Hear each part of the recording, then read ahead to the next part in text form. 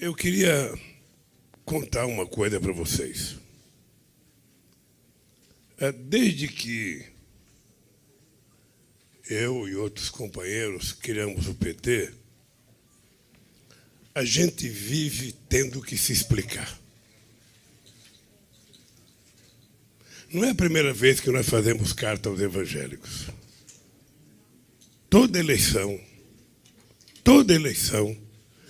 há uma quantidade de mentiras nesse país que nós precisamos fazer carta, ora à Igreja Católica, ora à Igreja Evangélica, ora a outro setor da sociedade. Eu lembro do desespero do Gilberto Carvalho tentando organizar uma quantidade de pastores para a gente explicar que a Dilma não era o demônio que eles diziam que a Dilma era. Eu, em 1989, eu era um pouco desconhecido, mas eu fui para o segundo turno na disputa com o Collor de Mello, e teve uma igreja que distribuiu aqui em São Paulo 1 milhão de jornalzinho me chamando de demônio. Então, toda vez a gente tem que explicar. Eu tive que passar anos explicando a bandeira do PT, porque ela era vermelha. Eu tive que passar anos explicando por que eu tinha barba. Depois eu tive que explicar por que o PT tinha uma estrela. A vida inteira a gente vai se explicando. A Benedita deve ter se explicado a vida inteira. Todo mundo que faz alguma coisa séria se explica. Jesus teve que se explicar a vida inteira. Porque as dúvidas que se colocam sobre a gente é uma das armas para evitar que a gente possa exercer a tarefa de ganhar umas eleições. E eu tenho o azar de ter disputado muita eleição. Eu fui candidato em 89, 94, 98, 2002, 2006, a Dilma em 2010, 2014, o Haddad em 2018, e o Haddad sofreu as mesmas acusações que hoje a gente está vendo, sabe, em determinados setores das igrejas.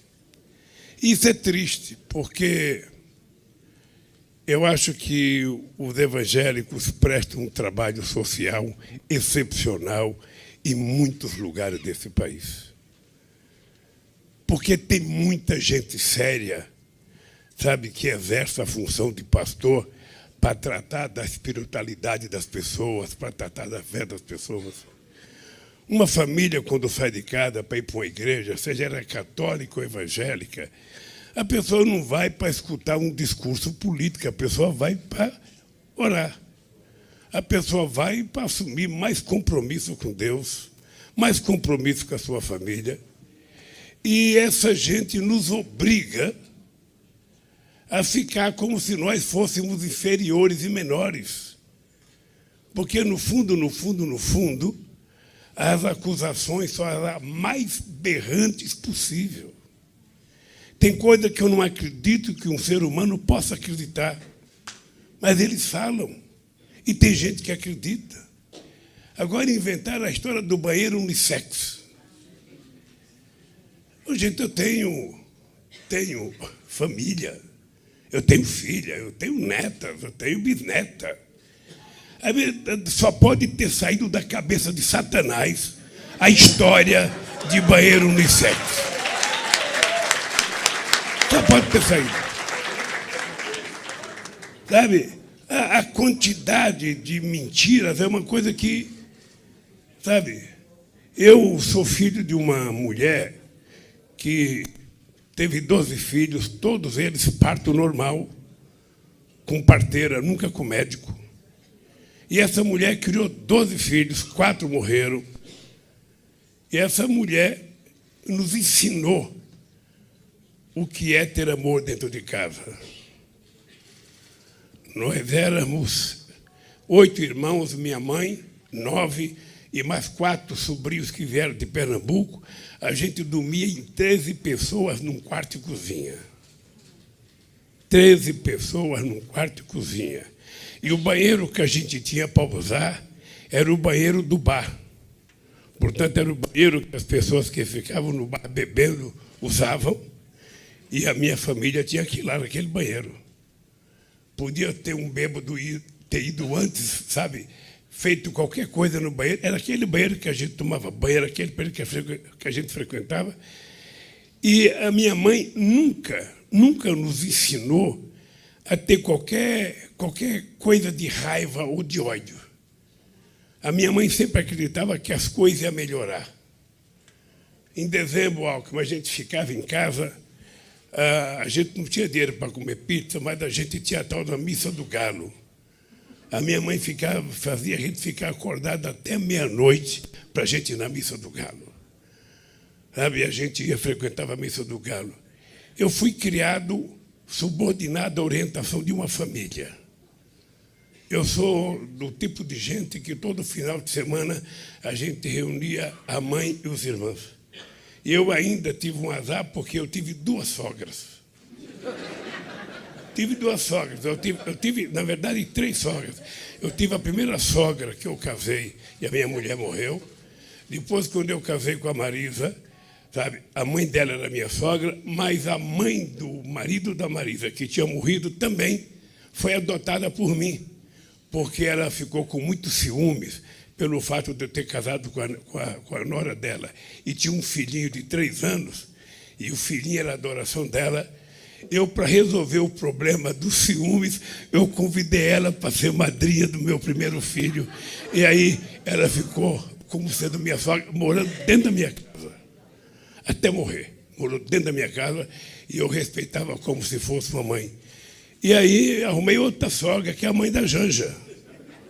A mãe da Janja morreu de Covid, recentemente. Então, a família, para mim, é uma...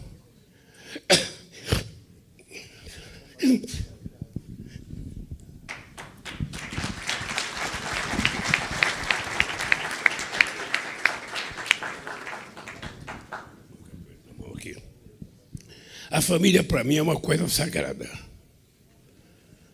Eu sou daquele que todo final de semana a gente reúne mãe e filhos e fazer o meu churrasquinho. As pessoas não gostam que eu falo de churrasquinho, mas eu falo que eu gosto. Eu gosto. Não é, ó, que eu pegava uma churrasqueira, tamanho dessa caixa de som aqui. E paulista não faz churrasco como faz no restante do Brasil. Paulista faz um bife batido com muito tempero e coloca na chapa, bota no meio do pão e come. Eu, todo sábado e domingo, eu ia para a represa Billings fazer um churrasquinho e tentar pescar uma tilápia. E quando eu vejo as pessoas colocarem em dúvida a nossa relação e o nosso respeito com a família, eu fico ofendido. Eu quero dizer para vocês que eu não considero um pastor que mente pastor. Não considero. Porque não é possível. É possível alguém viver de contar mentiras. Não é possível alguém não respeitar uma criança que vai com a mãe na igreja e a pessoa ficar mentindo. Mentindo a respeito de outras pessoas. E o mais grave ainda, a pessoa pode querer escolher o Bolsonaro para presidente, pode que com a pessoa não tem nenhum problema. Mas a pessoa não pode mentir. A pessoa tem que avocar as qualidades para as pessoas até defender. Porque eu defendo que as pessoas participem de política. Mas se um pastor quer fazer política, ele que vá para a rua fazer política, ele não pode ir para a igreja fazer política. Se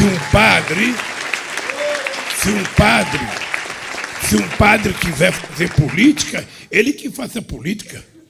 Mas não tire proveito do altar para fazer política. Saia. Vá para a rua fazer política.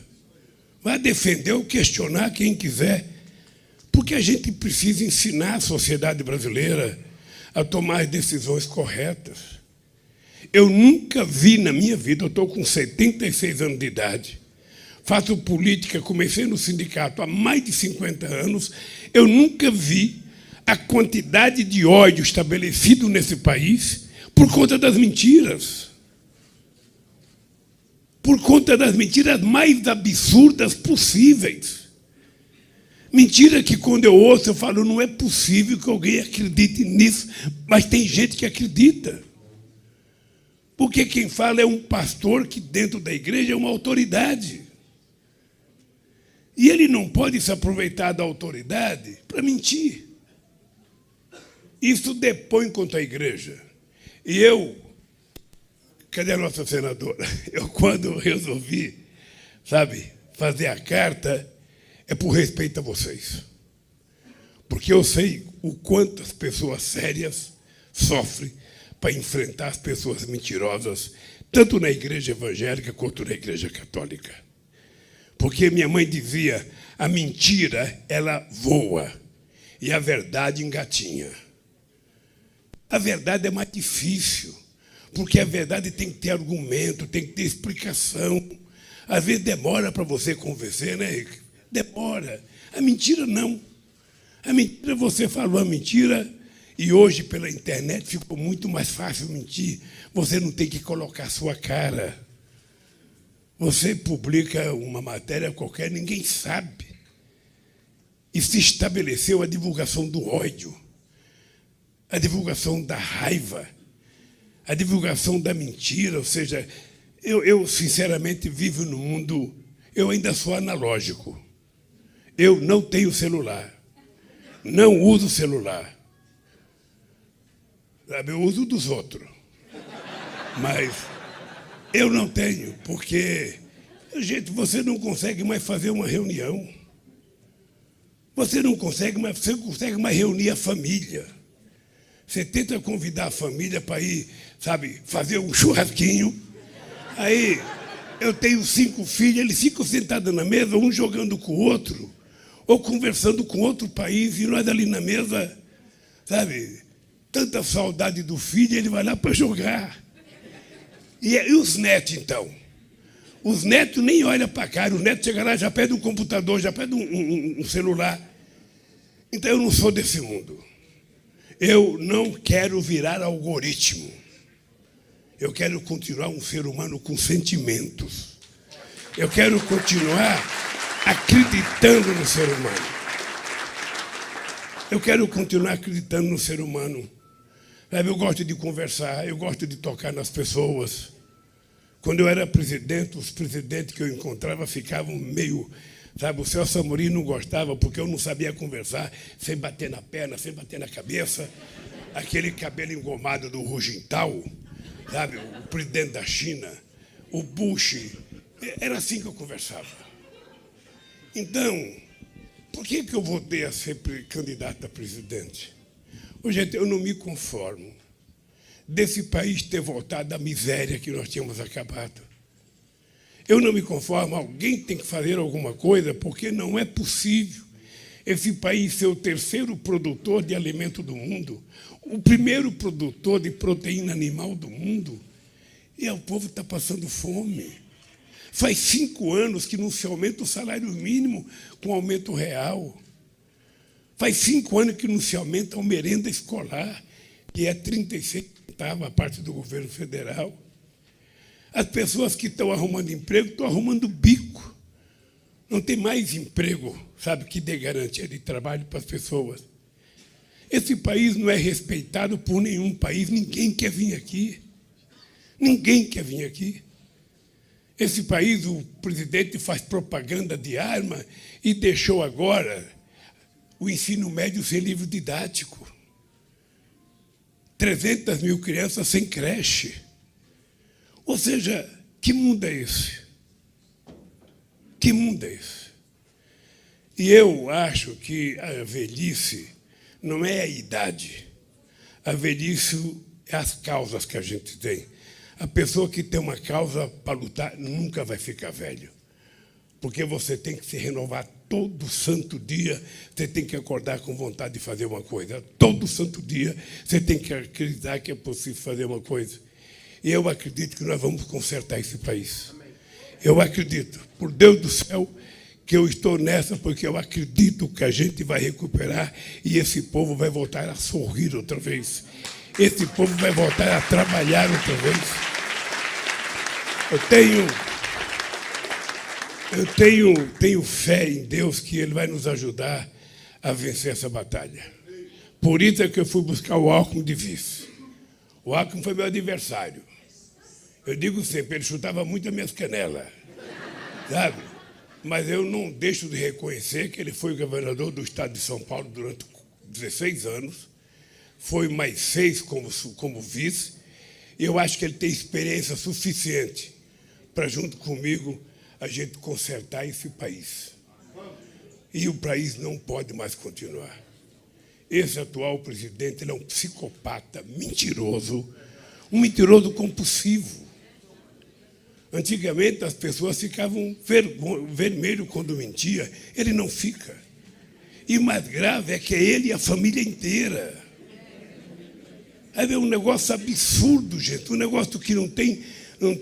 A última coisa grave que ele fez foi aquela visita às meninas da Venezuela. E ele depois acordou 1h da manhã para tentar se explicar para a opinião pública. Ele não tem respeito. Ele não tem respeito pela verdade. Ele não tem respeito pela família. A família são os filhos dele. Então não dá para a gente continuar vivendo assim. Por isso que eu e o Alckmin precisamos que vocês, sabe, façam mais do que votar. Agora que você tem mandato, Henrique, agora você está com garantia constitucional, cara. Você tem que viajar agora o mundo pregando o evangelho e pedindo voto. Você tem que dizer que Lula e Alckmin são as melhores coisas que podem acontecer no Brasil nesse momento. Depois pode aparecer gente melhor, não tem problema. Mas entre nós e o Bolsonaro, não há que ter dúvida. E eu acho que vocês todos poderiam colaborar, fazendo um pouco mais, conversando com mais pessoas, sabendo que tem pessoas que não gostam da gente, conversar com as pessoas, saber qual é a dúvida que as pessoas têm, porque é preciso conversar e convencer as pessoas. Porque eu não imaginava que as mentiras pelo celular tinham tanta força pela internet. Não imaginava. Não imaginava o poder de multiplicação de mentiras que tem o Zap. E eles têm uma fábrica. Eles têm uma fábrica monstruosa de produzir mentira. E a gente não pode ganhar uma eleição mentindo, gente. Quem ganhar mentindo não governa com seriedade. Porque a desgraça da primeira mentira é que você é obrigado a passar o resto da vida mentindo para justificar a primeira mentira. Então, a gente não pode permitir que isso aconteça ao Brasil. Eu fiquei perguntando para ele quantas universidades ele fez, quantas escolas técnicas, porque ele não liga para a educação. Ele é um cara que ele prefere distribuir ódio do que amor, prefere distribuir armas do que livro. E nós estamos perto de mudar isso, gente. Falta quanto? 11 dias. Falta 11 dias para a gente tentar mudar essa situação. E eu acho que vocês jogam um papel extraordinário e importante. Sabe? E depois eu quero que vocês saibam que uma das coisas que eu estou voltando a governar e quero voltar é porque eu sei que tem muita coisa que a gente podia fazer, a gente não fez porque não sabia. Sobretudo, grande parte das políticas sociais que o governo faz pode ser feito pelas igrejas. Muitas das coisas que o governo faz. As igrejas evangélicas e a igreja católica têm serviço prestado. Sabe, em várias áreas, as igrejas são melhores do que o governo. Custa mais barato do que o governo fazer. Então, está todo mundo falando assim com o relógio, é porque eu tenho um avião para pegar agora. Eu queria dizer para vocês, olha, essa carta é pouco diante do compromisso que eu tenho com a verdade nesse país.